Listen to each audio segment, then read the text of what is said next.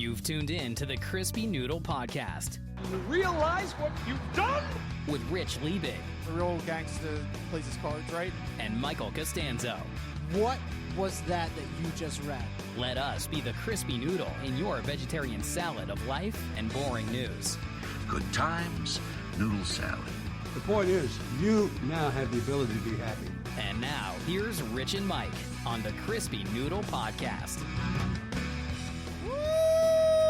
How you guys doing? What's up, everybody? It is time for this week's episode of the Crispy Noodle Podcast. Let us be the Crispy Noodle in your vegetarian salad of life and boring news. We got sports, we got entertainment, we got odd news, all coming your way here in this meal of your mind. That is the Crispy Noodle Podcast. Thank you guys for tuning in and supporting our little show. We are ready to go. There is a lot happening. This is our de facto Christmas show, if you will. This is the last show we're taping before the Christmas holiday season. I think we've covered it multiple times here on the show. We're both Italian. We're both looking forward to Christmas Eve, the Seven Fishes. That's coming up. And then obviously standard Christmas Day activities as well. I mean, this is going to be a busy week coming up. Yeah. As Italians, we go back to back. Yeah. Christmas Eve and Christmas Day, right? I mean, I would dare say even it's like Christmas Eve is the bigger event. It's like that's the top of the hill. And then if you get through Christmas Eve, then it's like all kind of smooth sailing at that point. I don't know about smooth sailing, but yeah. Yeah. It's a busy time. So would you say your family is equal on both like the craziness of Christmas Eve, Christmas Day? Yes, we're pretty equal. I mean, Christmas Eve is a big to-do. My mom treats Christmas Eve like the Super Bowl. It is like all hands on deck. In years past, we were the same way about Christmas Eve. Since then, the family has kind of like different groups go to different places for Christmas Eve. But Christmas Day is still the big one where everybody gets together. But Christmas Eve is still going strong for those that didn't split off in different directions. Okay. Yeah. You know how it is. As families get bigger, right. They kind of, they have other obligations and things. Well, not to my mom. Mom, she will disown you. Yes. My mom has said multiple times, like, I will kill you if you're not at my house on Christmas Eve. If you miss it, dead. Yes. You might as well be dead. Yeah. DED. Right. Exactly. You're gonna be missing letters. That's how bad it's gonna be. So dead you're missing letters. Yeah. So our family, Christmas Eve is the big brouhaha. That's the. Do you do the other, like, I think it's kind of an Italian thing, the midnight mass? My mom and a couple aunts still do it. Yeah. Really? I That's don't. such a long day. Yeah. To do like an hour-long mass at the very end? Yeah. Well, for my mom, it's not the very end. My mom will keep going until the last person leaves, and oh man, yeah, she will keep going. Me and my mom are both night owls. Like if you give us coffee, we're good. We'll keep going, And I think there are some people that look at that and they're like, "What the hell are you doing?" Well, on Christmas, that's the way we are. On Christmas Eve, it's one of those holidays. We've been known to go pretty late on Christmas Eve as well. Yeah, it's one of those days. To me, it's fun. It's like like besides that and New Year's. Yeah, like that's the time to try and stay up late as late as you can. Yeah, some of my fondest memories are just sitting right here in this room. We record in my parents' kitchen, and just talking for hours and hours and hours. And the way Italians do, we have all the different courses. You bring out the pasta, then the fishes, then you have the fruits and nuts, then the candies, then the dessert, then the espresso, and the post-dessert dessert, and then you go back for another round, and it starts all over again. Exactly. Yeah, we don't put the food away. No, you just keep going. Yeah. If some food goes away, more food takes its place. Yes. It's never like food leaves the table and stays off the table. It's food leaves the table so that more food can come onto the table. Yes, right. The next round. Yes. Yeah. Yes, got it. Yeah. But anyway. Yes, so we're looking forward to that. That's how we do the Christmas celebrations. But have you been up to anything else other than Christmas stuff recently? Because me, it's just all been Christmas this past week.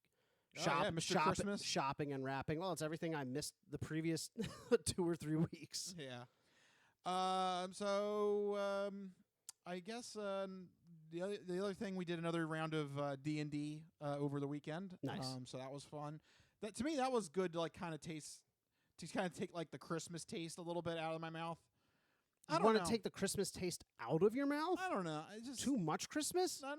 We talked about how it was shortened this year. It was shortened this year. Yeah. It was still too much for you. no. You heat miser. You Grinch. No, I'm just. I don't know. My thing is, I think we mentioned it last week. My thing is like, I don't mind if Christmas stays a little bit. Yeah. You know, I just don't understand why people rush into Christmas and then they rush out of Christmas.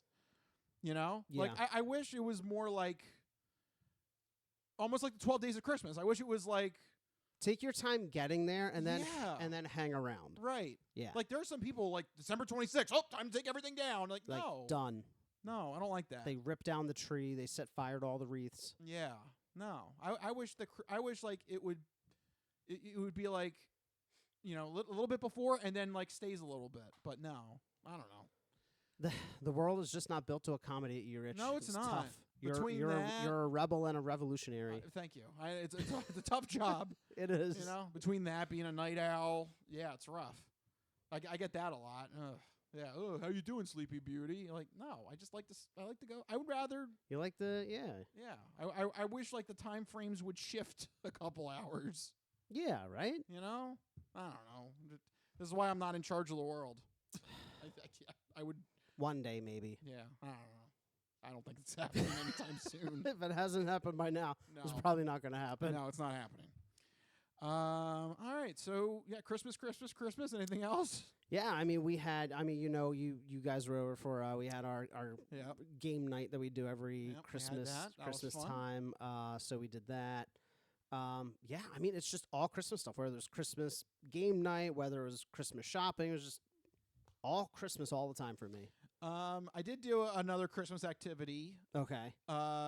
Rachel and I went on a little bit of a mini double date. It didn't take that long, but it was a mini double date. We had some dinner, and then we went to Jaeger's farm where they did like Christmas lights. So I'm not familiar with this Jaeger's farm. Yeah, it's in Kimberton, and yeah, you know, you just drive like, you know, an SUV or something, and you just drive around and you get to see all the Christmas lights and everything cool. like that.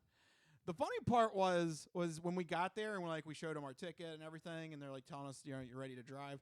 The guy goes, turn on 91.5 and the lights will be synchronized to this Christmas music. I'm like, oh, that's cool. Wow, they actually had like their own like radio station that they, you know, fake radio station that they came up with for this. That's interesting. That is pretty cool. So we put on 91.5 and then we start driving around, and it's like 3 Christmas songs and like it was like 3 things of lights that were actually synced up to it. So it wasn't all they made it up to be. No, but you know, nice try. Thank you. They went. tried. They put in the effort. They tried. Yeah. They tried, Yeah. but No. Was this like a small time operation? Yeah. Like, oh, okay, Yeah. yeah, that's why. although the actual Christmas light path was about like 25 minutes. That's a pretty decent path. Yeah. So, I mean, I don't know. It was just, I don't know if I would use the word radio was syncing up to the lights. I would have just said it was like, oh, it's a Christmas soundtrack. If you say something like that to me, I'm thinking of like the TikToks and the other videos I've seen online where people do their houses and like everything, Yeah. like it's like a laser light show Yeah. on their garage door and all over their it house. was not that. No. Right. I think it should have just been It's like, more like the oh, old it's- school visualizer in like iTunes. Yes.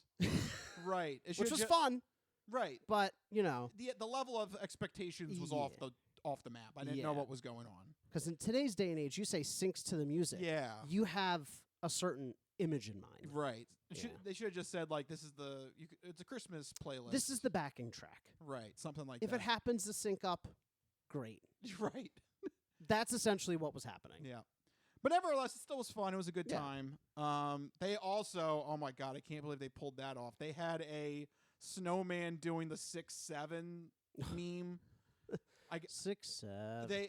I guess it was just, I guess all you do is you get like a snowman light up that does the arms, Yeah. and then they just put light 6-7 up in both of his arms, and it went up and down. I bet the kids loved this. So I guess the kids loved it. All the youngins, they're like, oh, they do the thing. Yeah. I don't know. I don't know. Damn kids. I don't know. We're too old. Yeah, get out of here. I don't know, 6, 7. Anyway.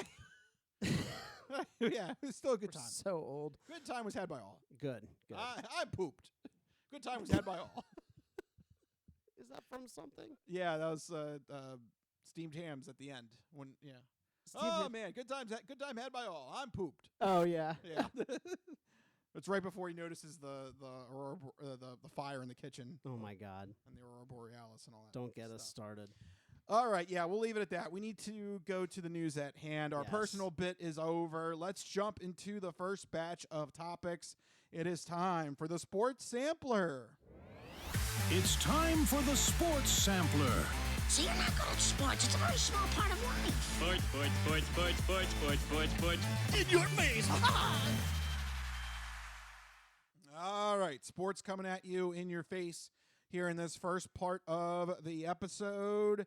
And we have actually exciting news to give you. If you were busy with Christmas stuff and you didn't watch the game, the Eagles pulled it off, and with the win, they are the back-to-back champions of the NFC East. Woo! Mamma mia!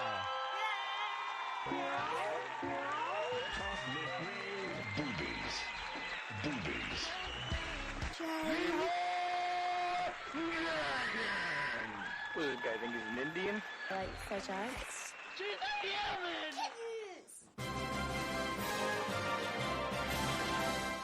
All right, so the curse of the consecutive division winners in the NFC East has been broken by the Eagles. They have pulled it off. They are the NFC East champions, partly because they won, and I think partly because everyone else just gave up. Yeah, you know, it's still incredible what they were able to accomplish, but when the rest of the division looks the way that it does kind of take some of the wind out of the sails, doesn't it? Yeah, because, I mean, the Giants are 2-13. Washington is 3-14. Yeah. I mean, those are just absolutely horrid records. And then Dallas. Dallas is just kind of hanging out there in the middle.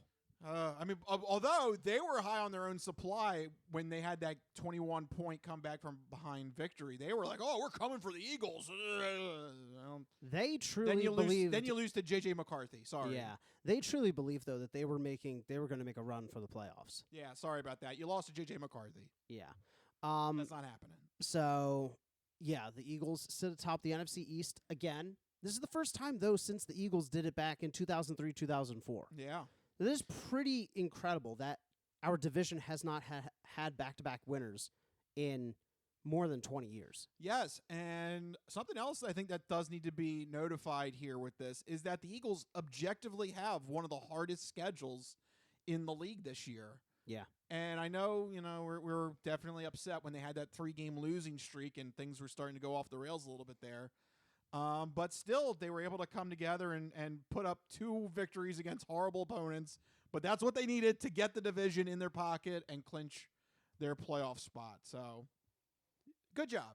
Yeah, I mean, hey, look, a win is tough to come by in the NFL. We're sitting at 10-5, the division winners. Yep, don't have to worry about that now. Yeah. You're going to get a home game. Yeah, guaranteed home game. Yeah. Yeah. Some of these other teams, they have 12 wins and they don't look like they got to go on the road in the wild card. Yeah. Yeah, they don't look like they're happy with where they're at. Oh well. Yeah. But about the game itself, do you have any notes you want to mention about it? Because I was definitely a little alarmed. The first half did not go smoothly. It was very shaky. One of the things that jumps out to me is how inconsistent Jake Elliott has been. Yeah. Recently, I mean, he missed 2 field goals in the second quarter? 3. Yeah. Because he had a free attempt at one, and he had a chance to see how his trajectory was going to go. So he missed that one, and then came back and still missed the next one. You can't like that. That's rough. You should have been able to course correct on that second hit. It's tough because he's been solid at that position for years, up until last year. Last year he started getting shaky. This year, just as hot and cold. So, the murmurs are, is it time to move on for Jake Elliott kind of thing? And it's always sad to think about that because he did help us win 2 Super Bowls, but like immediately that jumped off the screen. Just 2 missed field goals, like you said. If you really want to think about it, 3, that's not going to cut it in the playoffs. No. When games are close and you need a clutch field goal to win, that's one of those things. How about just point afters? Yeah. I think that was a reason why they went for 2-point conversion, too, in that fourth quarter that for some reason Washington got upset about. I don't know. Let them get upset. They thought we were running up the score. It's a 3-possession game. You can still come back. Yeah. Especially like with 10 minutes left in the fourth quarter, you can easily come back. Yeah. That's not like out of reach. Right. I don't know. Washington's pissing me off lately. I don't know. Dan Quinn's. I don't know. You know what it was is they thought that this was going to be their year. They were going to like roll straight into the playoffs, and they got a huge wake up call. So they're just bitter and cynical, and yeah. Well, Janie Daniels got hurt a lot this year. Yeah. So they're just not happy. I have a bad feeling that if the Eagles play their starters in the finale, they're going to hurt somebody. I don't know that they will because there's very few possibilities which would lead to us not getting the 3rd seed. So that's been some of the talk online. Do we just sit our starters in Buffalo and against Washington? Because I think I just saw it today. The Seahawks and Panthers game determines part of the seeding. If the Panthers lose, then there's no way that they can move up to the 3rd, and there's no way for us to really move up. Yeah. Given the way that the records are sitting right now. So, given that the Panthers game occurs before ours, if the Panthers lose, there's really no benefit to playing the starters other than keeping them loose and in game speed. Yeah. I mean, you could just bring them in for a series and then bench them. Yeah, bring them in for like a quarter maybe, and then... Yeah. So, I don't see there to be any reason to play the starters week 18. Yeah. Not a single one. Or just get their series in and then get right. them out. Yeah. I can Something see like that. Yeah. So I'm not too concerned about that. I'm honestly more concerned if we end up sitting them 2 weeks in a row. I know we're very banged up, but you know me, I always think that sitting them kind of lets a little bit of rust develop, even if it's just a week. Yeah. I mean, we've seen teams that take a bye. They've not been as successful as they used to be. Yeah. I don't know why things have changed in that regard recently in sports history, but it seems like if you got a bye, it's almost negative sometimes, a negative impact. Yeah. You slow the momentum instead of getting it ready for the playoffs. Yeah. So, yeah, big win, but a lot of questions still. Right. Out there. Right. All right, so there you go. Good job, Eagles. Yay. Yay. I mean, yeah, it's like they beat 2 3-win teams. Woo. Yeah, it's a weird little win streak, right? Obviously, you want them to go out there and beat every single top-tier opponent, but sometimes the schedule just gives you the worst teams in the league. And at the worst possible time or the best possible time. Right. You got to take them when you can get them. Yeah. All right. So with that in mind, looking at the schedule, looking ahead, should we jump into some picks? Yeah, let's do it. All righty. Let me load it up. Here we go. It's time for Fantastic Four picks for Week 17 of the NFL season. There we go. We are loaded up on the music. All right, get your thinking caps on. What games do you want to talk about, Mike? All right, first up, we have big AFC playoff preview potentially. We have the Houston Texans traveling to LA to face off against the Chargers. This is a Saturday 4:30 game. Rich, who do you like in this matchup? Yeah, this could affect seeding between these two wild card teams, it looks like. They're pretty neck and neck, too. They are. They're pretty evenly matched. I don't know. Something about the Chargers. They're just they are tough to defeat. Even though Justin Herbert only has one arm to work with, Is he still just one-armed? Luckily, it's not his throwing arm. That throwing arm is still intact. And the Chargers defense is holding their own. Yeah, Chargers at home sounds like a good play to me here. Yeah, you're right in that they do show this kind of tenacity. Like, no matter what happens, they're just always there in the thick of things. This is tough because they're just so, like, they're on such equal footing here. It's like I kind of want to say Houston, but then the Chargers being at home, it gives them a slight edge. I guess I'll go Chargers as well. I mean, they're at home, they're comfortable, they're tenacious. Houston's division kind of fell apart a little bit. The Chargers had to play the Broncos twice, which is, I don't know. Yeah. I don't know. I don't know how to gauge these teams. They both kind of flew under the radar for me, honestly. Well, Texans, they've had to deal with the Colts, but the Colts kind of fell off a cliff. Yeah. And now the Jaguars have clinched a playoff spot. So will we see two AFC South teams in the playoffs? That'd be crazy. I would not have thought that coming into the season. No. But that being said, I think I'm still going to go with the Chargers. They are a tenacious team. Yeah. They're not going anywhere. Next up, we have the Toilet Bowl game. Oh, here we go. The New York Giants at the Las Vegas Raiders. This is Sunday, 4 o'clock. This is a 4 o'clock game? This is a 4 o'clock game, yes. What the hell? And this is two of the worst teams in the league currently playing for the #1 overall draft pick in the upcoming draft. Rich, I don't know. How do you want to pick this? Do you want to say who's going to win, who's going to lose? What do you want to do here? Well, it should be who's going to win. I guess, sure. I mean, it is the Toilet Bowl game. A very prestigious award. Yes. Both of these teams are 2-13. Yes. That is disgusting. Yeah. Pretty much whoever loses this game is going to get the #1 overall pick. The Giants already have been through like a meltdown with getting rid of their head coach. They've gotten rid of coordinators already. They've kind of already had the fire seep through on their battleship, if you will. The Raiders, I am so perplexed because they are still running with Pete Carroll at 74 years old. Like, do they expect him to come back next year? I don't know. And like you said, I think it was last week, they still have Geno Smith. Like, they are a very... He's 35. Yeah. And he was out that game against the Eagles. Right. They're not a good franchise. They're not, like... They're just not good at being a football team, at running a football team. So I think I see where you're going here. Are you going Giants? Yeah, I think the Giants are going to take this one. I mean, just by the Raiders, I feel like, are in this false sense of security for some reason.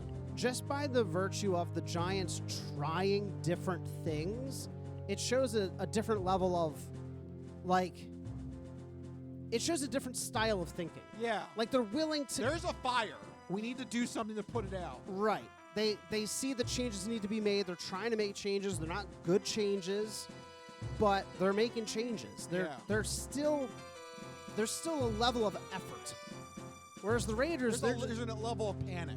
Yeah. I don't see that with the Raiders. The other thing is the Giants, a #1 overall pick is great, but they have their quarterback. So, it's not quite as valuable in their mind. Like, if you try to look at it in terms of who do you think will try to tank, I think the Raiders are more likely to try to tank because they have no options. They have no players. At least the Giants have Neighbors and Scatterboo and Jackson Dart. Like, they have some building blocks that they like, that they want to try and work with. The Raiders have nobody. They need the #1 pick. The Giants don't necessarily need it. They just need a high pick. Well, in terms of quarterbacks, yeah. I mean, Raiders have, like, Ashon Genty. Yes. They have Bowers. Yeah, they got but some who's throwing them the ball? Right. They need a quarterback. And where do you take a quarterback? Yeah. #1 over. You don't go #1 and be like, oh, we're going to take an offensive lineman. Anyway, all that to say, I think the Giants are going to win. Sounds like a good Raiders move to me. Well, we'll see. Next up, we have an NFC playoff preview. The Chicago Bears traveling to San Francisco to face off against the 49ers. This is the Sunday primetime game. I never thought we'd be seeing the Chicago Bears headlining a primetime game leading up to the playoffs. Rich, what's going on here? It's Chicago. Yeah? Chicago is on a screw Rich Liebig tour. Yes, they are. I passed on Caleb Williams in the draft this year. I literally said to myself, what are the odds Caleb Williams is going to have a bounce-back year this year? Well, they must have heard me, and they are just lighting the world on fire, pulling off a come-from-behind win against the Packers. Yeah. I watched that game on Saturday night. That was crazy. I couldn't believe what I was watching. It looked like an all-star team in that fourth quarter in overtime with Caleb Williams to DJ Moore. It was bonanzas. There's something to be said about tenacious teams, right? Like we talked about it with the Chargers. We talked about it last week with the Bears. Oh, I also want to mention, too, speaking of that, you remind me, the 49ers have had the second easiest schedule this whole season. Yeah. Yeah, the Bears are playing in one of the toughest divisions. I know San Fran's division is tough as well. But, yeah, I mean, Chicago is just one of those teams that refuses to go away. Like, there's certain teams you expect to be good. There's certain teams that are and good. And come back to reality. Yeah, there's certain teams that are surprising. There are certain teams that you completely write off, and they refuse to be ignored. And one of those teams is the Chicago Bears this year. Like, their story is phenomenal. They're better than the Eagles. I never thought I'd say that. Yeah. So, yeah, I mean, you got to go with Chicago here. It's the screw you, Rich Liebig tour. Yeah, they're just playing really solid football. They're the underdog in this matchup, though. If you want to look at point spread. Oh, what's point spread, you know? 3. I mean, not too much. Yeah, that's pretty much an even. That's the home field advantage. Yeah, it's home field advantage for 49ers. But anyway, we'll see if this next team has a home field advantage. Take the point spread. Why Take not? the point spread. Well, how about this one? Not an official play, but maybe. Thinking about it. Think about that. So next up, though, what about a home field advantage for this team? Philadelphia Eagles are traveling to Buffalo to face off against the Bills. This is a Sunday 4:30 game. Buffalo might be expecting some snow. We just talked about it in the Eagles game recap, how this game only matters for seeding if Carolina beats the Seahawks, which they are not expected to.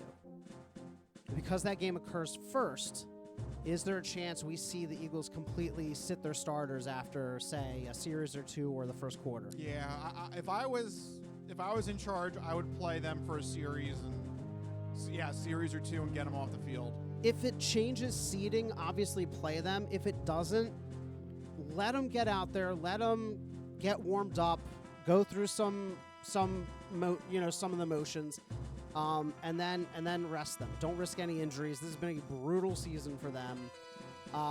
If they sit their starters, at any point the Bills are going to win. Yeah, because the Bills are still playing for a chance. I don't think they've clinched. I don't think the division's been clinched. I think they got to still work on that. Yeah, they're because the Patriots are in that. Yeah, they're still in the thick of it. Yeah, New England right now 12-3, Buffalo 11-4. So every game matters. Buffalo's going to be out for blood because this is their playoffs on the line. Meanwhile, the Eagles are like, look, the NFC is what it is. And we got our home game. Yeah. So it's Buffalo, right? Yeah, I think so. I hate to say it. Like, I feel like the Eagles could win it if there was something at stake for them. If the Eagles had a shot to get to the number 2 seed, do you think it's worth it? Yeah. No. Yeah, I'm kind of What's the difference between a 2 seed and a 3 seed? I mean, sure, you play a lesser opponent, but the wild card teams are better than some of the division winners. So that almost doesn't matter this go around. When you look at the wild card teams, it's what? The Rams? Well, it the depends on 49ers? how that all shakes out. It'll be 2 NFC West teams. Yeah. Because they're all at like 12 wins. Which, I don't know if you got my text. There's a way that all three, the Seahawks, 49ers, and Rams, there's a way that all three of them could end up at 13-4. Yeah. And the Seahawks would get screwed because they would have the lesser division record. So literally, Sam Darnold would have the same thing happen to him that happened to him at the Vikings last year, all over again. Yeah, I mean, so what's the difference between the 2nd and 3rd seed? You just catch another 12-win team in the playoffs. Yeah. You know, I guess it depends which 12-win team you want to match up against, but I'm not sending the starters out there to kill themselves to move up one spot just to play another NFC West team. You know? It's almost a shame. You wish you could retroactively go back to the old playoff system where the second seed gets a bye did week. get a bye. Yeah. Because then there would be something to play for. If you're not playing for the first seed or to sneak, like if you're not playing for the first seed, a division title, or to sneak into the bottom of the wild card, there's no reason to fight for seeding anymore, in my opinion. Yeah, I mean, because you're guaranteed if you win the division, you're guaranteed to get the home playoff game. Yeah, and I mean at the third seed. Here, can I? Oh, wait, I can bring back something. Okay. Should there be an adjustment to the playoff proceedings? How so? I always thought. I don't know if people like that. I always thought a good idea would be you get your 7 teams and then you reseed. And that would actually screw the Eagles over. Based on record? Yeah. Yeah. If it happened this season, it would actually screw the Eagles over. Yeah, I mean, it would screw the Eagles over, but it does eliminate situations where, and not to rag on the Panthers, they've had a great season, but, you know, a team that's 9-8 is going to get a home game. Meanwhile, teams could go, like you said, 13-4 and have to travel. We literally saw the Vikings go 14-3, and they had to travel. They were what, the 5th seed? Yeah, because they didn't win the division. Yeah, so I don't hate the idea of reseeding based on record. Like the division should count for something. You get into the playoffs, right? You get your bid, right? But the reality is that this is never going to change because the owners love that home game. The owners love division. The owners love making the division worth gold. Yeah. Well, because they get to host a playoff game, which is more money in their pockets. Yeah. I call it what it is. You know. I don't know. I think it would be fairer if they reseeded after you got your 7 teams. It would absolutely be more fair. But yeah, I don't think the NFL is going to do it. No. That would be my proposal. And I still stand by it. I know that if that happened, that would screw the Eagles over this season. I would still advocate for it. It would, but it makes sense because there could be situations in the future where it doesn't screw the Eagles over, where it benefits us. You know? Just because it screws us over this year doesn't mean it's not the right or the most fair way to do it. Yeah. So anyway, yeah, I don't really think to go back to our original point, I don't think there's really much at stake for the Eagles. Yeah, I mean, I answered, but I assume you're of a like mind. You're not going to fight for the 2nd seed. Not really. I don't want to risk. It's not. There's no reason to do it. Yeah. Like, it's not. I don't know. Maybe if you get lucky and the number 1 seed gets bounced out again like the Lions did last year, but you could have home field advantage throughout the playoffs if you're the 2nd, but I mean, how often does that happen? Yeah. I mean, it's been happening a little bit more lately, but I don't know. Is it worth the risk of possibly injuring Hurts? Well, Saquon? Who's the current number 1 seed? Seattle, right? Yes, but that whole thing is a mess because 49ers, Rams, Seahawks are all in that division. So right now, technically, it's the Seahawks, but that could change. I will say I don't want to face off against the Seahawks in the playoffs because we have the absolute worst time with that team. I don't know why. You ever notice that there's just some teams? Yeah, there's just certain teams. The Seahawks just have our number. They just know how to mess us up. Yeah. It doesn't make any sense. Right.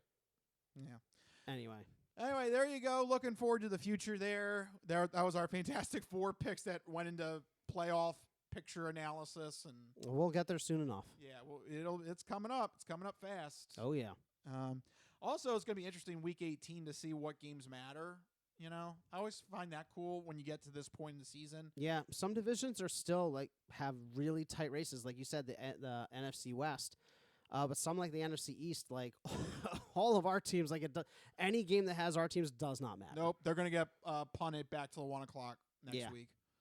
Which I also love this new trend where the NFL takes the Sunday night game of Week 18, and that's almost like a play-in game or something. They try and find the game that has the most playoff significance to it, and they put it in that Sunday night slot. I love that. Yeah, it keeps it fun and exciting. Yeah. It's like a de facto play-in game. Yeah, it's usually like a win and in type situation. So yeah. So I'm in favor. I like that idea. Whoever came up with that idea, good job. Well, Everything else, no, I want to change. the NFC East definitely won't be featured in any primetime games the last few weeks. No, that's definitely a no-go. So you might as well just take a break from watching football, maybe. Yeah. All right, so there you go. That is our sports sampler. But don't go anywhere. We still got more to come. We've got the entertainment entree, and we've got the non-fortune cookie odd news, all coming at you in this last episode before Christmas. So don't go anywhere. This is the Crispy Noodle Podcast. We'll be right back.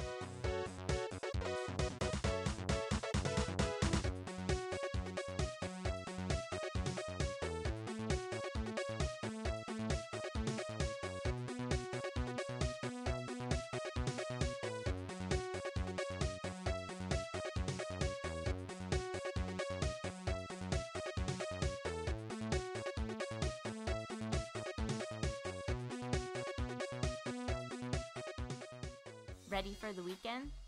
Happy Friday. Hi, my name's Marie, and I'm an artist who's been making Happy Friday doodles every week for over 7 years. And now you can own my art collection in this Volume 1 and Volume 2 art series. These doodles span across multiple themes, yearly festivities, various countries, languages, and more. Both coffee table books have something for everyone and are the perfect conversation starter or gift for a friend. Really, anyone who enjoys a good weekend. Available on Amazon, Ingram, BookBaby, Barnes & Noble, and more. Visit happyfridaydoodles.com/books and get your copies today. Let's celebrate the best day of the week. Happy Friday.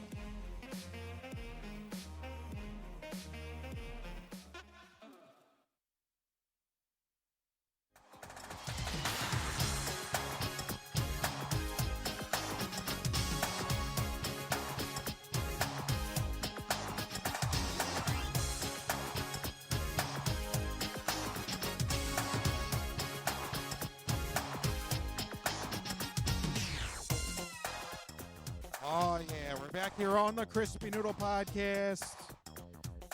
There we go. All right, we got our waters back, all good.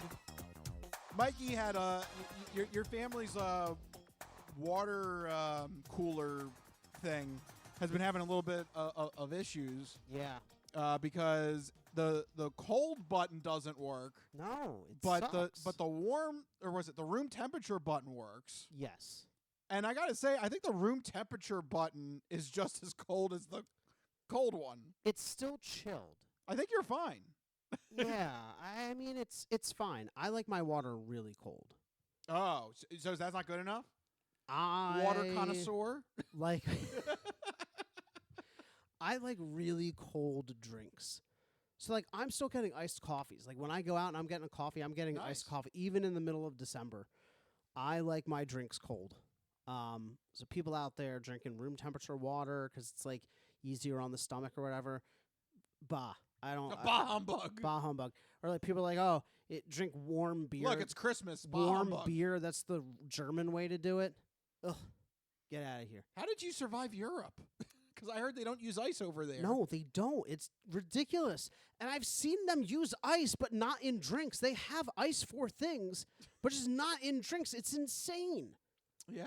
Did they never think, oh, let me put this in here and make it cold? No, that like does not occur to them. Yeah. How did you survive there for a couple weeks when we had our hiatus? That was crazy. Limoncello and wine. Is that all? Is limoncello always served cold? Limoncello is, well, no, I was just drinking mostly limoncello Oh, you're and just wine. drinking. Oh, okay.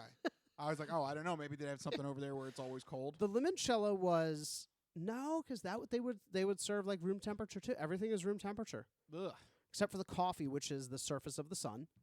Yes, of course. Yeah, everything else was room temperature. It's crazy. So, Absolutely crazy. Yeah. Ugh. So you don't mind though? You don't mind room temperature drinks? That over there. Okay, that is chilled. It's pretty chilled. Actually, Yeah, I'm the water cooler is chilled. I'm quite surprised. Like if you had told me if you had not told me that your cold button was broken, I wouldn't have noticed. Really? Yeah, I think perfectly fine. Hmm. Good job, water cooler. Good job. Yeah. The Crispy Noodle water cooler. That's our status. It's putting in the work. It's putting in the work. That's our status update here, Crispy Noodle headquarters. So, I don't know why. There you go. Quick water update. Why not? The water update. The water update. Yeah. Like, where else are you going to get this kind of hard-hitting news? All right? Only here. Only here on the Crispy Noodle Podcast. All right. Let's actually go ahead and actually give you some hard-hitting news, because we do have some news to talk about in the world of movies and TV and video games and stuff like that. So let's launch into the next segment, the entertainment entree.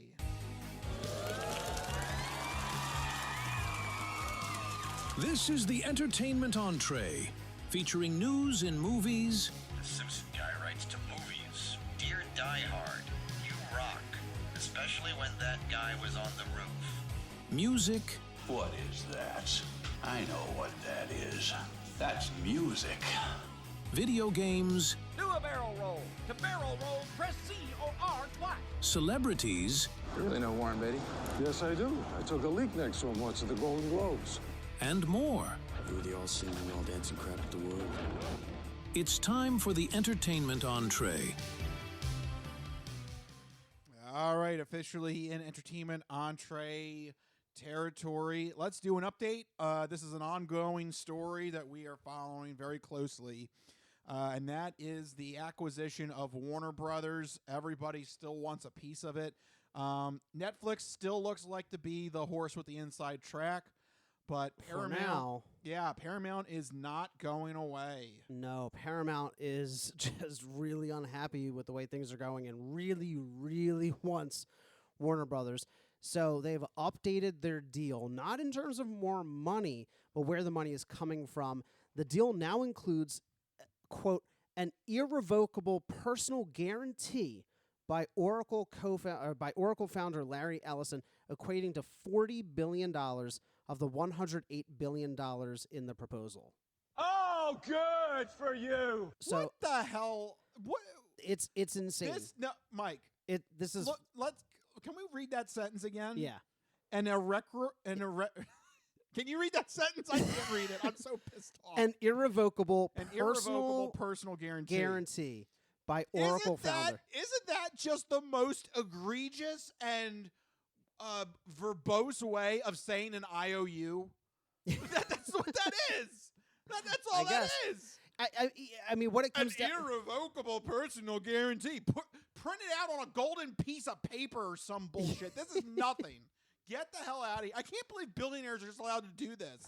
Well, what it's... And it has weight because he's a billionaire. Yes. Oh, I got it. Oh, yeah. Well, I guess what he's saying in business terms is that, like, this money is fully guaranteed by him personally. Of course. It's an irrevocable personal guarantee. Of course. I don't know.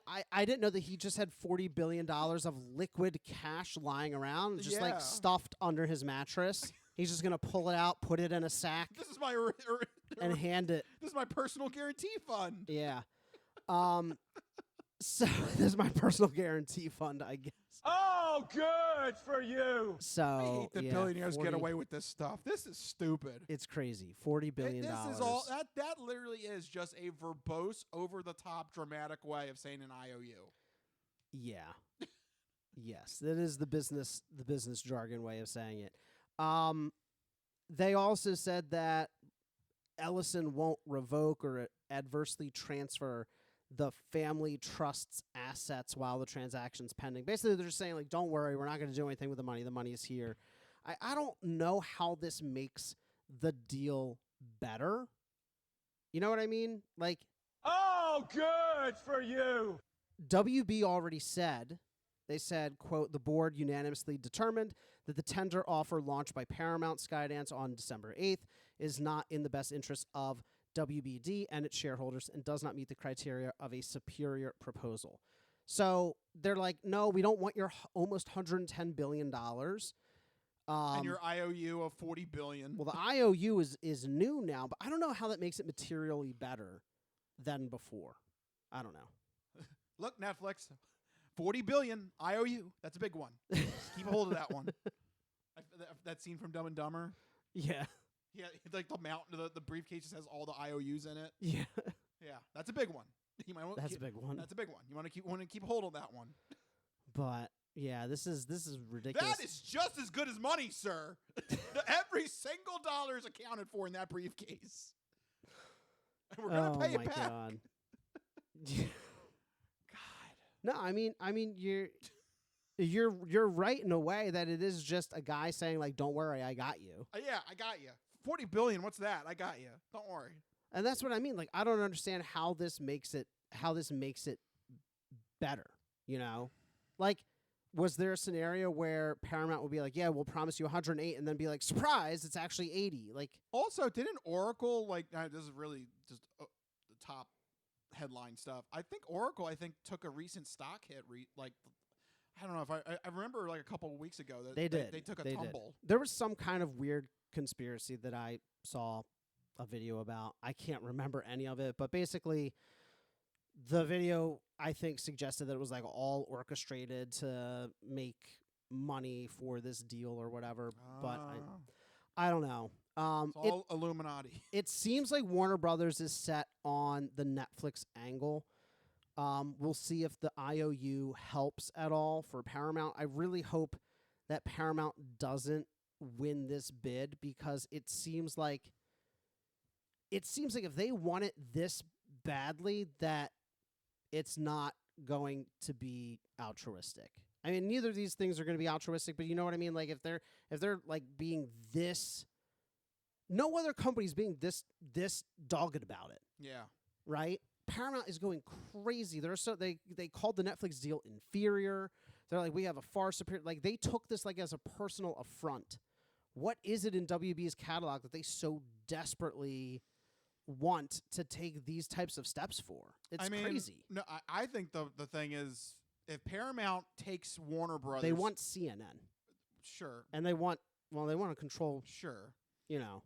I mean, that's the political side of it. But in the business sense, if they cut Warner Brothers out from Netflix, Netflix is on the path to being the next one to get merged in. Because then Netflix doesn't have the library to go back towards. Netflix needs this deal. Netflix does, even though they have a good selection of stuff, they don't have that like. They don't have the 100 years of pre-made content. Right. They don't have the generational library to go back to. They need Warner Brothers for that. Yeah. If Paramount can swipe it from them, I think Netflix is on the outside looking in. Yeah. I think Netflix needs the deal, like you said, because of the library. And I think Paramount wants the deal because they're trying to create a kind of monopoly when it comes to the news media in America.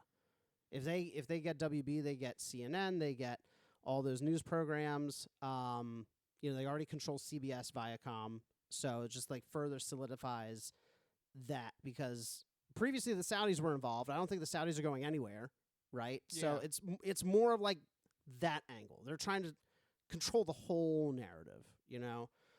So I don't know. I feel like Paramount is just not good business right now. No. So I hope Netflix wins.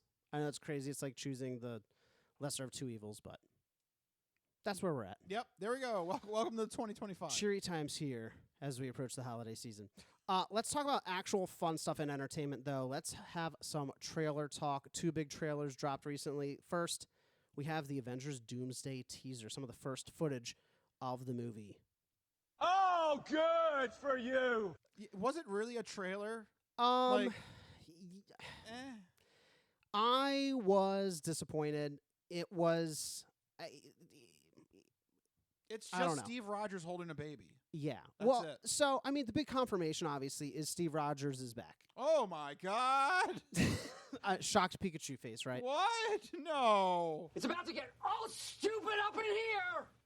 Yeah. Yeah, I mean, anybody who thought that they weren't going to bring back, especially with Robert Downey Jr. in the cast, like, why would they pass up an opportunity to bring back the other big previous Avenger, right? Yeah. I don't know, I could be completely wrong. I think they're 100% setting up a scenario where Robert Downey Jr. is Iron Man, quote unquote, from another multiversal plane, right? And then he's like, oh, surprise, I'm Dr. Doom. That's surprise, Dr. Doom. No, I mean, I love you just. That would actually save like 30 minutes of the movie. Yeah, look, they don't have to do 2.5 hours. They can do 2 hours flat. Surprise, I'm Dr. Doom. Hi. Just like that.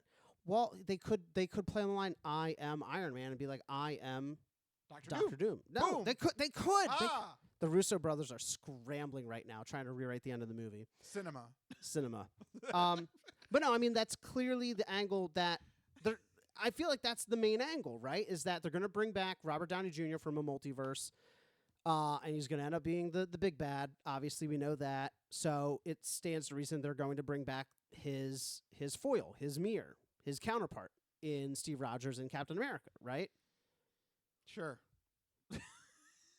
I don't know. I just to me, doesn't that kind of negate everything that happened in Endgame? Oh, 100%. Yeah.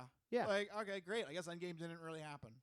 Well, I guess it depends on whether these versions of these individuals are the version of the individual that clearly Robert Downey Jr. will not be. If my theory holds true, I think there's a good chance it could. But that brings up another question, like you said, is this the Steve Rogers or is this just a Steve Rogers? Yeah, we don't know. I guess we'll have to wait and see. And who's the baby? Yeah, what's the baby? Captain America was banging everybody. I assume it's Peggy's, and I assume it's his child, but what if it's not? What if he just found a baby? What happens if it's another America baby? What happens if it's another Steve Rogers from another timeline? Yeah. He's holding himself. Right.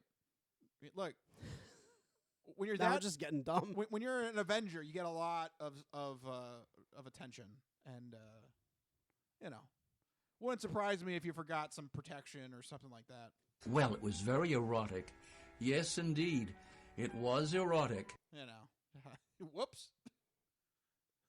Sorry, honey. Okay. So are you saying that Steve Rogers cheated on what was her name? Peggy Carter? Everybody. Yeah, just he became total sex hound.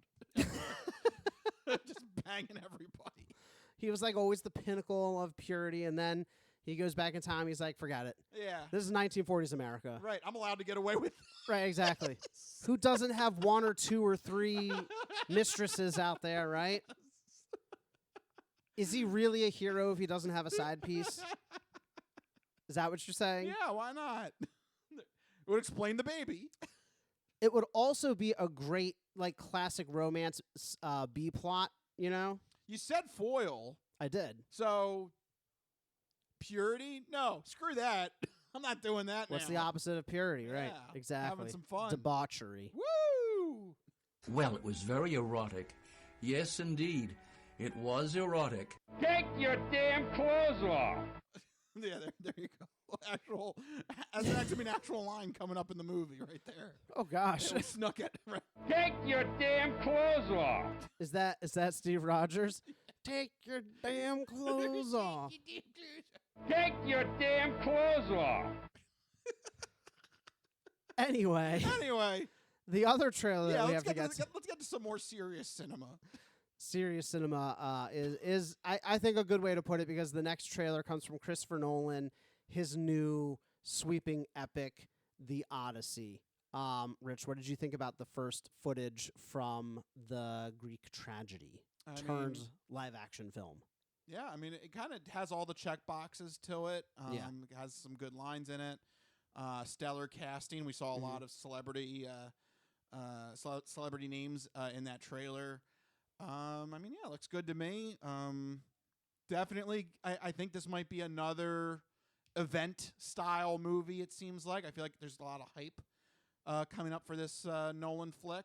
I don't think it's on the same level as Oppenheimer, but I think it's getting that steady steam as we're 6 months out, I believe, from the release of this movie. Yeah, mid-July, so yeah, about 6-7 months. Yeah. 6-7. Just stop it! Stab me. This cannot be made good. It's shameful. It's a shameful, shameful day. I hate that I did that.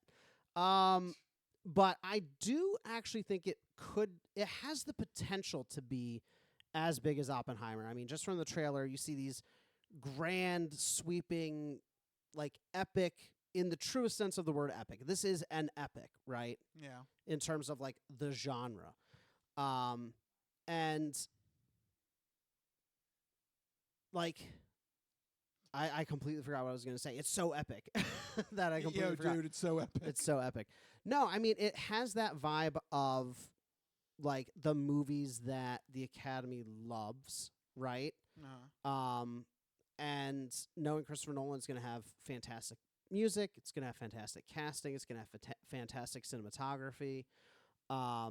It is going to be interesting, though, to see how he handles the subject matter, because I've actually never read the Odyssey, but from what I understand, it's like a series of like not short stories, but like short adventures that the group goes on as they're making their way home, right? Yeah, I mean it's one big journey for the army to come home, but they have certain things that certain obstacles and monsters that they have to deal with and overcome. So yeah.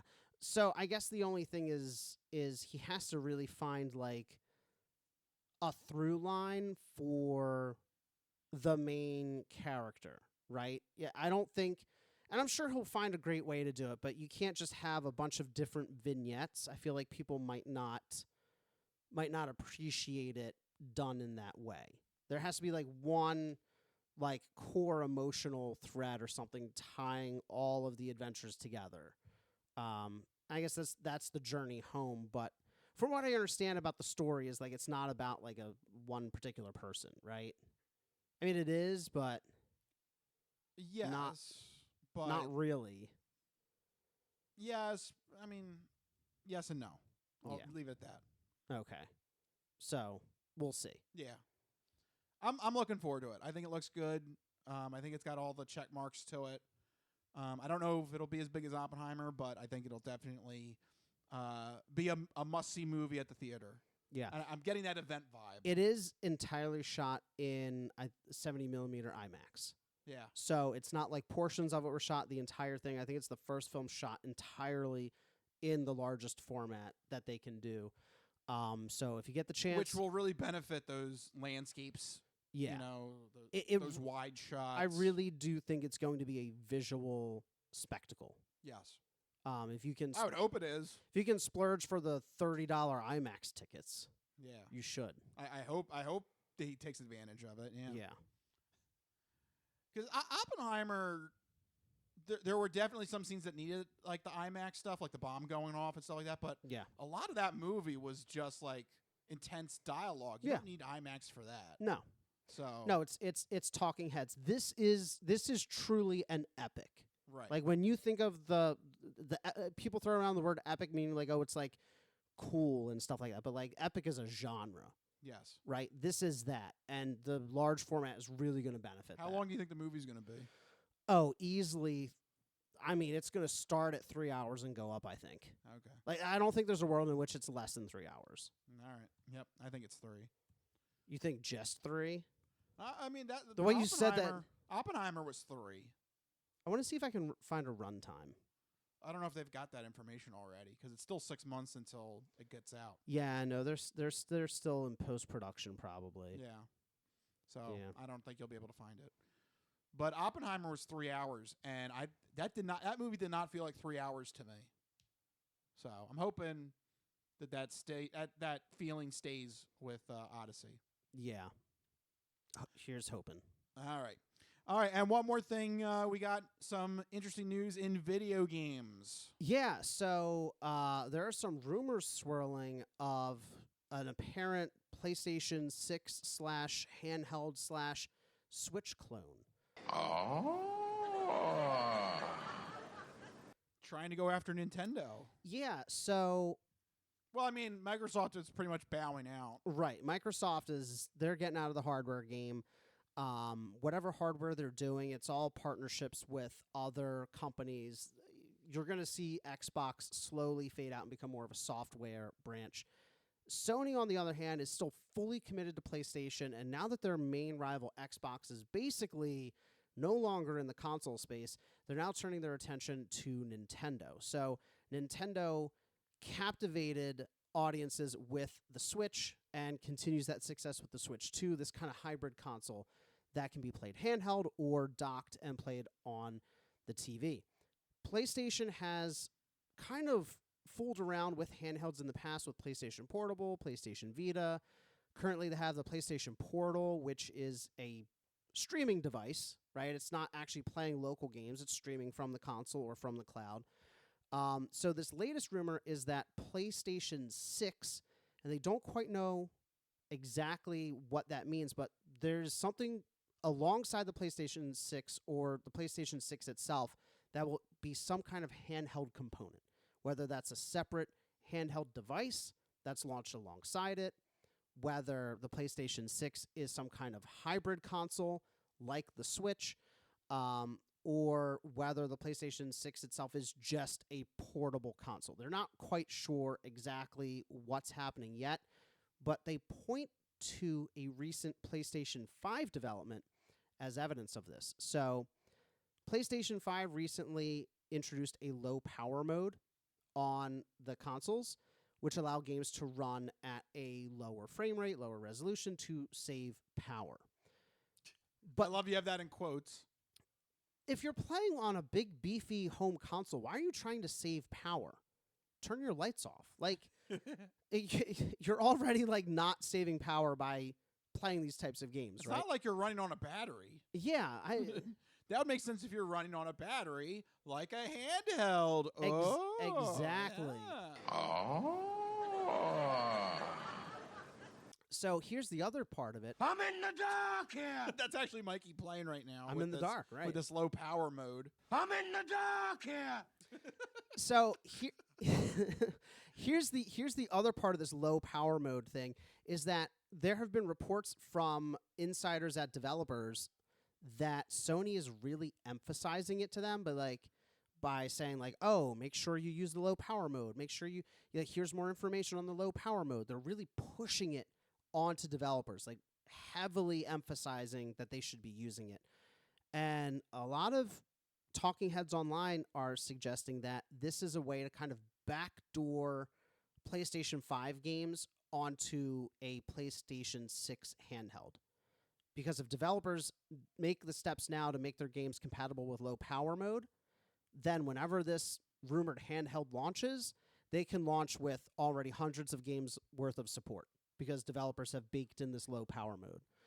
So all these pieces are kind of coming together. It'll be interesting to see how it all finally unfolds, right? Whether it's a Switch clone, a separate handheld, or the console itself. Do you think that Sony has, or do you think there's any potential success here for a handheld from Sony, given that previous ones have failed? Yes and no. Like you're a big PlayStation gamer. Yeah. If it comes out and it's a Switch clone, is this like a positive for you, or is this like kind of like a our game's going to be underpowered kind of situation? Yeah, I feel a little bit of both because I don't know. Maybe I'm not like everybody else in this regard, but usually if I'm going to play like a serious PlayStation video game, I like take I'm like isolated. I'm like going down into my basement. I'm firing up the PlayStation. Like I'm turning everything off. You know, my phone's charging and I'm not near it. You want to be immersed. Yeah. So like, and you can't get that with a handheld. Right. I don't understand what would be beneficial for me in terms of a portable handheld, unless I'm actually playing like a social game or a puzzle game or something like that. So I will say, like, the Portal has come in handy for me personally. We're in if I want to play like The Last of Us, I'm not playing that handheld. And that's the thing to keep in mind. So I was just going to say that the Portal has been good for me personally because I'm in a household that has a lot of people that want eyes on screens, and there's not enough screens to go around. So my Portal works in the fact that I can play whatever I want to play, wherever and whenever I want to play it. Now, the downside is that, like you said, I'm not firing up The Last of Us or God of War on a 7-inch screen. Yeah.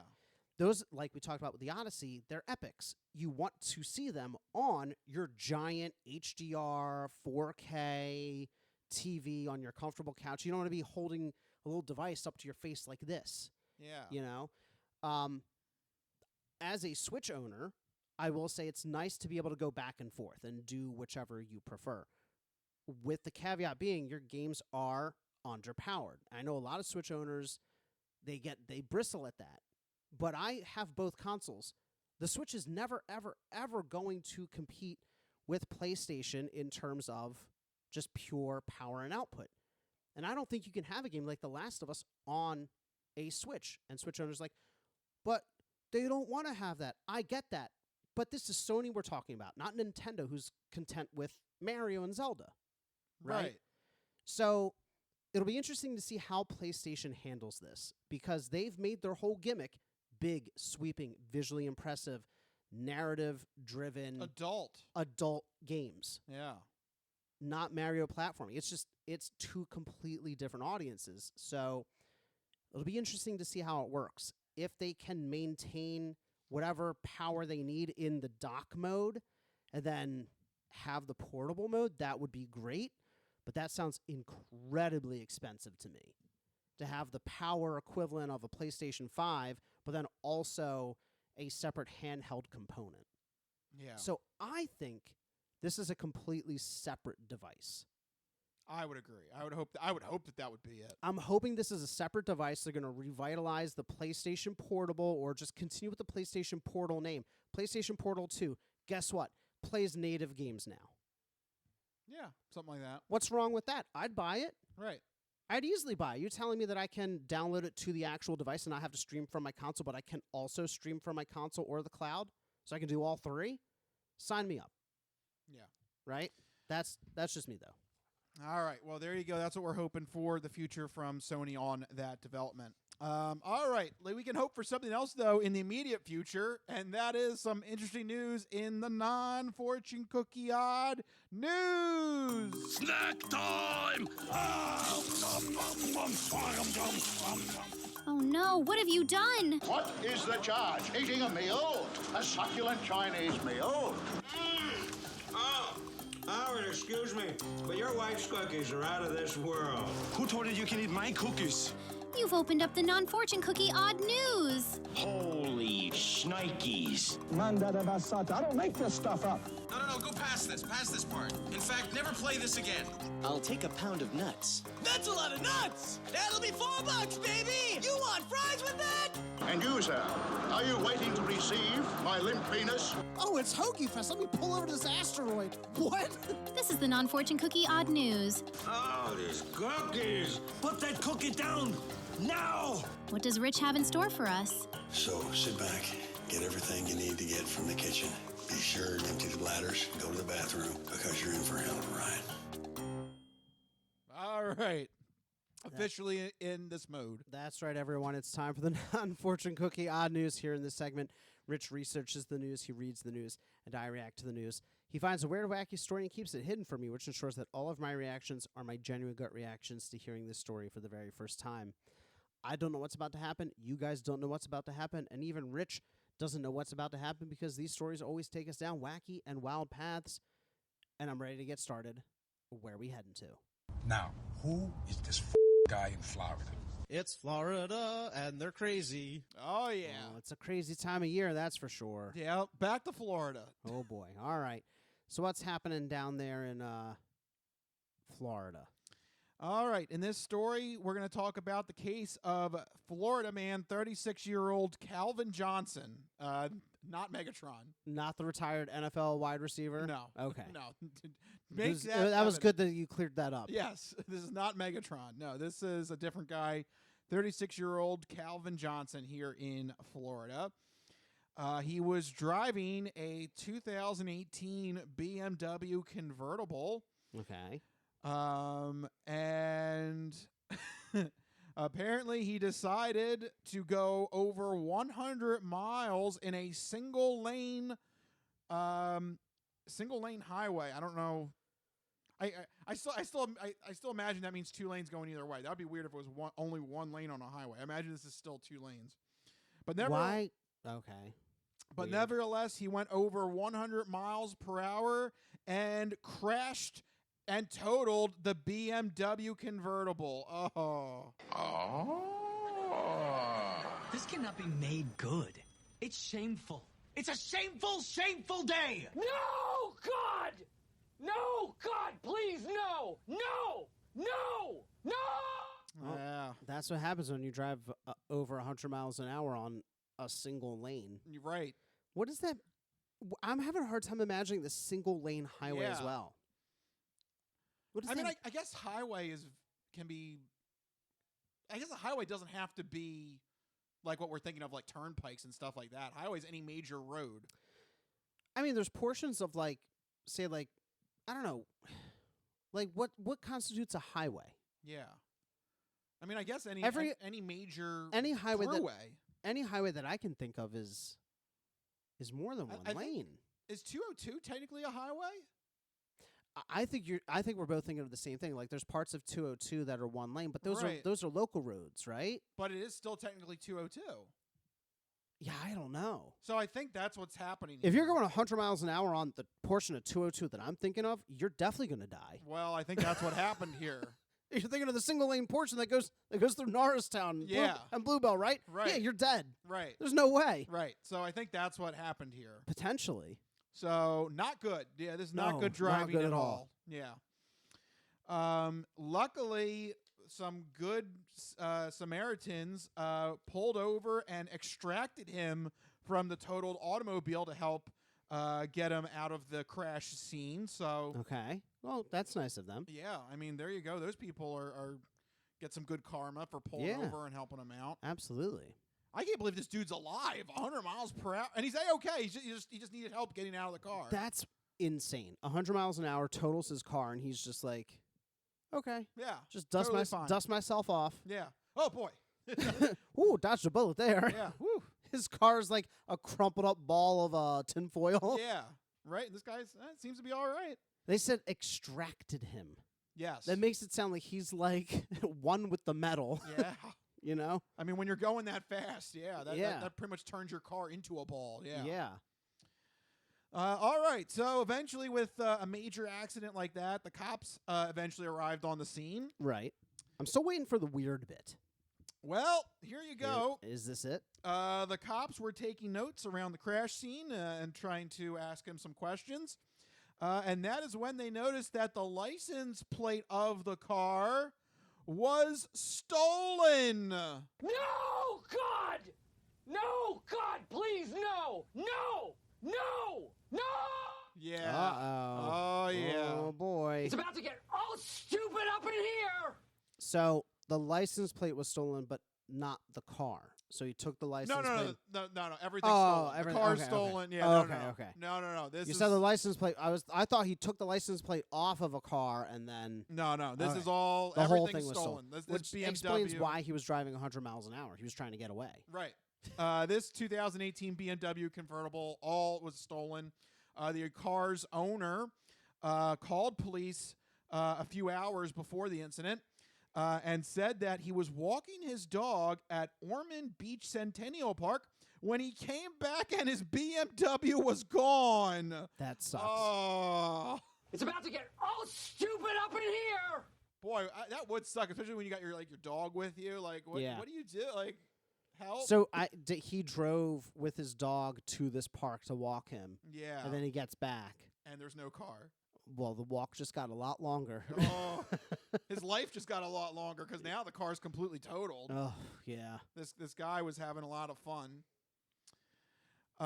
Okay, so when cops confronted Calvin Johnson about everything, Johnson had a very unique explanation. Oh boy!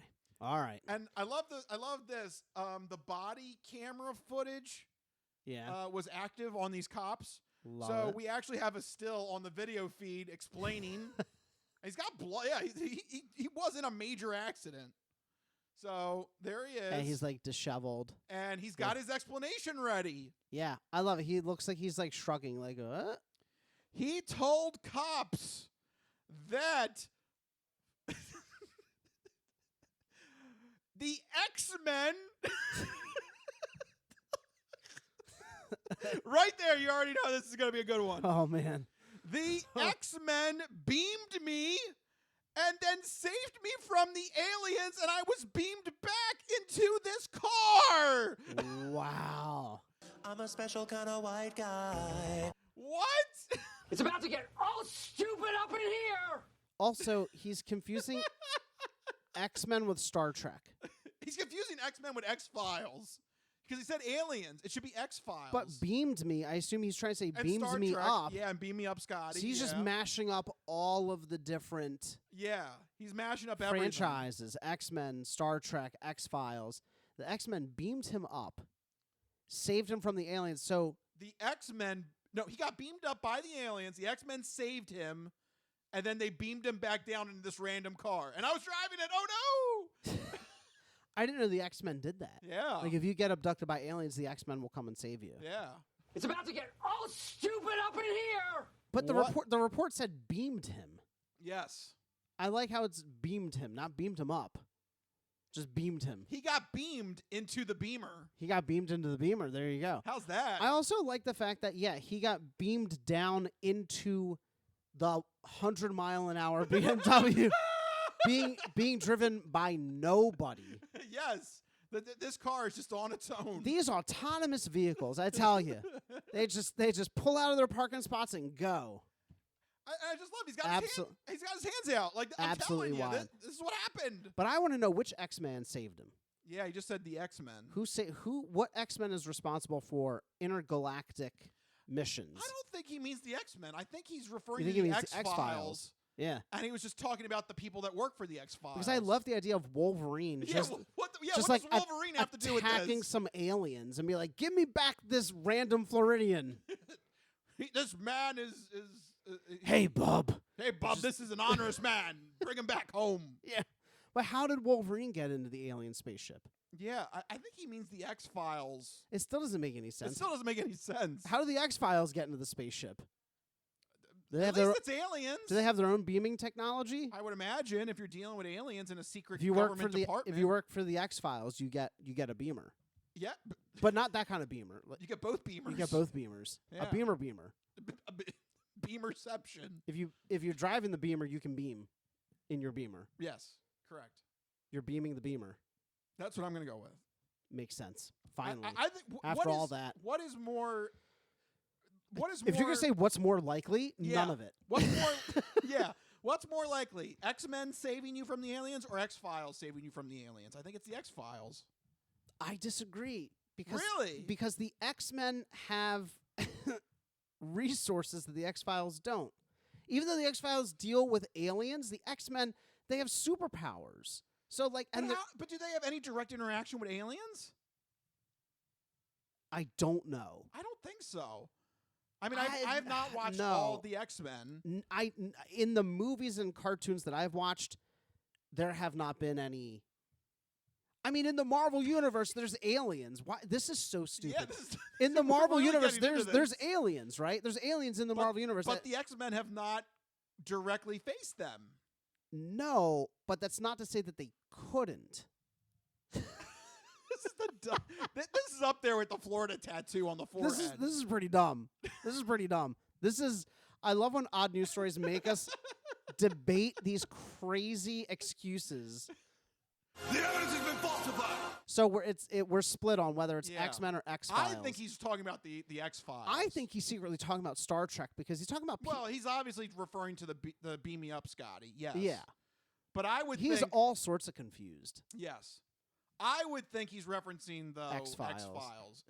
Just calling them the X-Men. Right. To me, the X-Men doesn't make any sense. The men that work on the X-Files are therefore the X-Men. I think that's what he's thinking, but the X-Men are its own thing. So you got to be careful with this terminology here, bub. You got to be specific. Yeah. Specificity is important. What X-Men is specific? If it was your theory, if it was what X-Men saved him? Yeah. What X-Men did you get in contact with? Because, listen, I don't want anything less than the A-Team. Right? I don't think it would have been. If you're sending me some B list, if you send me what was the guy's name, Banshee or something, no, I want Wolverine and Storm, and I don't want Cyclops. What is Storm doing on an alien spaceship? Weather. Altering the weather. Weather. I mean, I don't know. Oh no! I want Storm. I want Wolverine. I want. It's about to get all stupid up in here. I also like Nightcrawler. I'll take a Nightcrawler. I don't want Cyclops. I feel like he would what is Cyclops' superpower? Obviously the laser eyes. Yeah. That's his only thing. Maybe you got something there with lasers. Maybe the aliens shoot lasers and they have to fight with lasers. I don't know. Anyway, this is the great debate of But also, the odd news here. you know, X-Men, X-Files aside, I also love the fact that his excuse was that he got beamed down into a car. Going 100 miles per Going hour. 100 miles an hour with no driver. Whoever saved him, X-Men or X-Files, they're like, good thing you're saved. We're going to beam you back down in a completely random location. I hope there's nothing crazy going on there. Straight into a car. Yeah. Completely safe location you're going to be. So whoever saved him had the technology to not only know that he was abducted. Yes. But locate him, get there, save him. But after all that, they mess up on the end location? Yeah. Are you kidding me? They fumbled the ball at the 1 yard line. Come on now. Yeah. After a 99-yard drive. Yeah. I mean, look, he's explaining it calmly to the cops. If you explain it calmly, you're innocent. Yes. That's how the law works. Yes. All right. Well, I love this part. That's just breathtaking. I love this part. The cops immediately heard what he said and said, "Oh, we got to get this guy to a hospital." So they instantly put him in a cop car and drove him to the Halifax Hospital Medical Center. So yeah, that sounds like a good choice. Just like, okay, shut up. Hey, be quiet. Take it easy there, Windmill. Stop talking. Don't think too hard. Yeah, we're going to get you to the hospital. This is not good. Oh, man. So, yeah, they need to run a full toxicology report. Yeah. They need to get him checked out for head injuries. Yeah.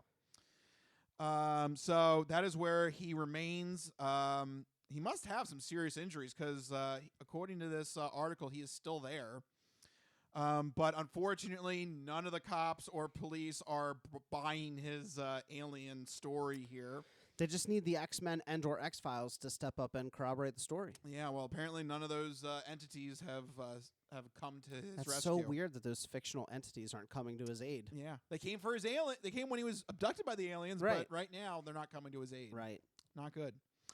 Cops say that when he is released from the Halifax Hospital Medical Center, he will be charged with grand theft auto and driving on a suspended license as well. Well, there you go. Oh, so that's not... He's going to get both of those. Oof. I would argue he wasn't driving because he was just beamed down into it. Yeah. I mean so, like, sure, get him for the grand theft auto because he was in a stolen car, but, I mean... Who was driving the stolen car? Was it another alien? Was it another X-Men? Was it... This car's just racing down the road completely empty. And for some reason, the X-Men and or X-Files... Drop them in now there. the X-Files is like, it's... Is it referring to the files or to the team? I don't know. I don't know. But the X-Files themselves beam him down into this moving vehicle. Crazy. I didn't know BMWs had that technology. Yeah. Wow. Is that an extra package you have to buy? Is that the tech package? Right. BMW. Is this a new feature coming out?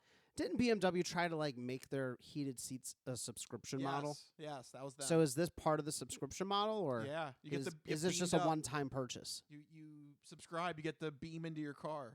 That's impressive. Yeah. Like you wake up in the morning, like, oh no, I'm late, and you just straight into the car, and it's already driving. Right, it's already driving. It's already. it's already driving to work. It's halfway to work. You just be. That would be insane. You just beam into the car. You're on 202. Oh my god. Under construction, half-built 202. 202 Dancing Man. That's the first thing you see when you get beamed in. Oh my god. Oh my god. What the hell's he doing here? Like, you got to be ready to go. Yeah. Like as soon as you get beamed into that car, you got to be ready for anything. Clearly, this man was not. Oh my god. That's a terrifying future. Yeah. Just get beamed into a moving car. Oh man. Yeah, so, that's something else. Yeah, he's going to get charged with grand theft auto and driving with a suspended license. Johnson, no surprise, has a extensive criminal record. I imagine so. He has been previously convicted for trespassing, obstruction, loitering, resisting, and grand theft. Oh. Bicycling. Whoa. So, yes, apparently in the past, he stole a $1,500 bicycle. Wow. Wow. What the hell? Yeah, bikes can be expensive. What makes a bicycle $1,500? Beaming technology. Oh my god! I actually don't know what's worse now. If you get beamed into a moving car, or if you get beamed into a bicycle. Like, how fast are those pedals moving, and are your shins getting completely destroyed? Oh my god! You're just pedaling for your life. I'm cramping!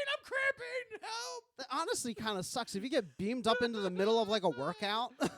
It's about to get all stupid up in here! Oh my god. Yeah, I know I can't get beamed up into a bicycle because just laughing made me pull a muscle in my side. I definitely can't get beamed to a bicycle. Oh my god. Yeah, I think that would be worse.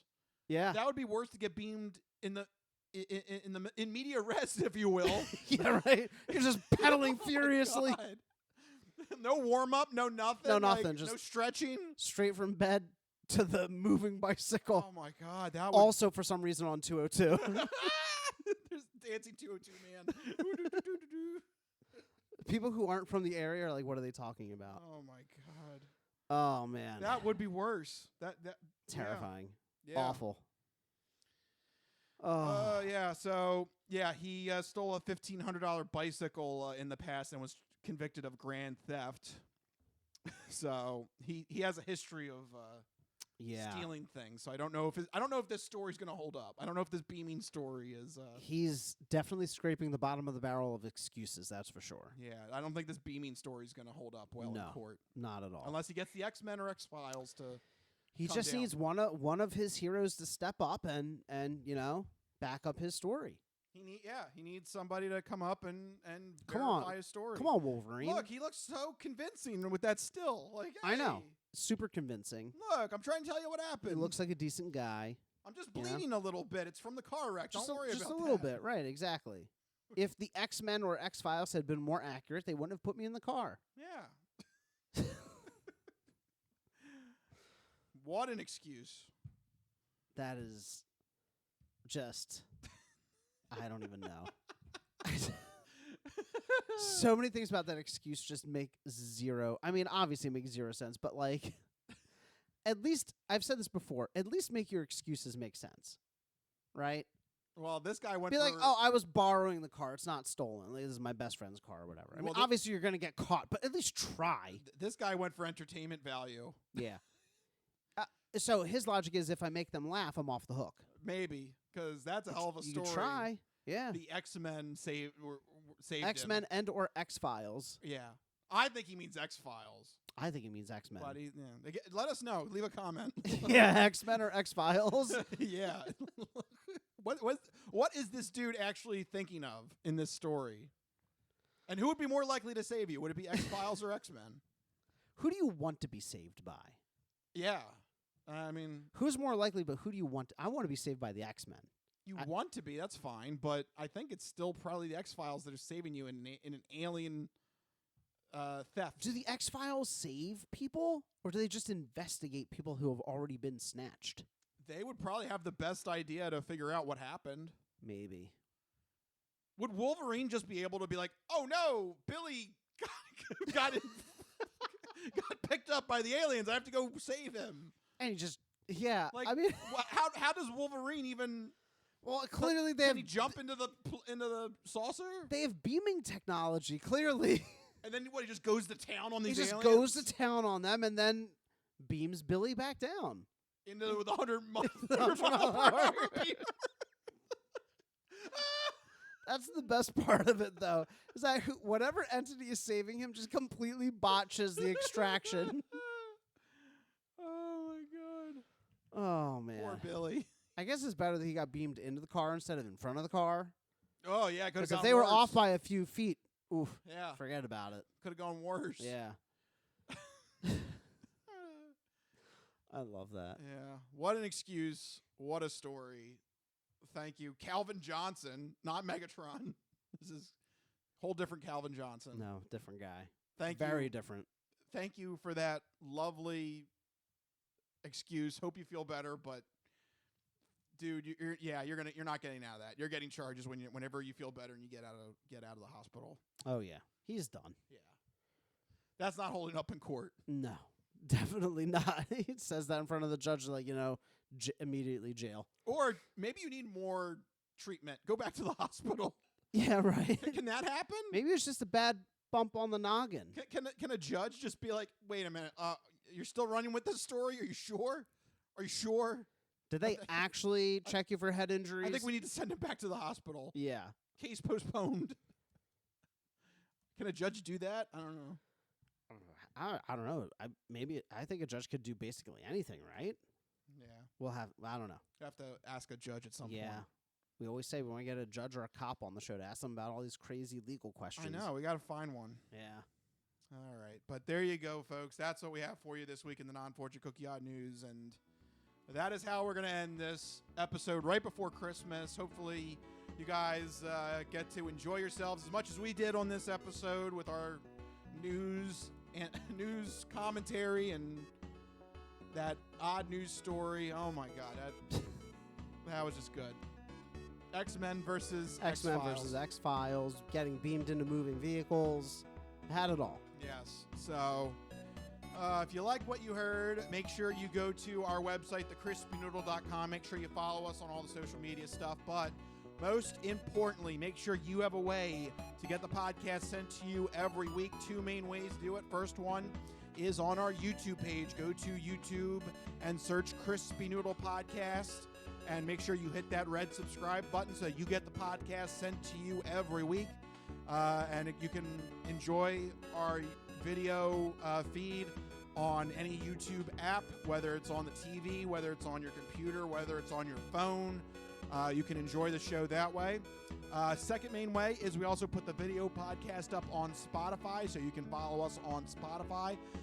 But you can also put Spotify on in the background and listen to us as an audio-only podcast. And if you get beamed up into the car of your choice, you can use Android Auto or Apple CarPlay to listen to the Crispy Noodle Podcast in your speakers on your commute. Wherever you get beamed up to, good luck. If you're lucky enough, it'll already be playing in the car that's already moving when you get beamed into it. That would be a great favor from the X-Men or X-Files. Yeah. They beam you into the car, but they've already set up Spotify to be playing the Crispy Noodle Podcast. I can't think of a better situation. Yeah, they already know what you like. That's great. The only thing I can think of that's better is if you send your sports, entertainment, and on-news stories to us individually at Blue Sky. I'm at Mikey Costanzo, MikeyCostanzo. And I'm at Schliebig, RichLiebig. Send us your submissions on Blue Sky and let us know what you want us to hear on future episodes of the Crispy Noodle Podcast. All right, but for right now, I think it's time to go celebrate Christmas. Yeah, it's that time already. All right, yep. So we hope you and yours have a Merry Christmas and enjoy the holiday season this week. But for right now, we'll wrap it up. This has been the Crispy Noodle Podcast. Let us be the Crispy Noodle in your vegetarian salad of life and boring news. That'll do it. We'll see you guys next week. See you guys and happy holidays. Bye. Merry Christmas. We'll see you guys next week. Later. Bye-bye, all you fine peoples. Good night.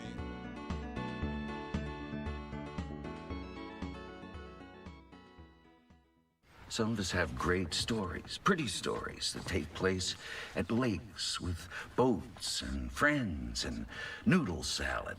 A lot of people, that's their story. Good times, noodle salad.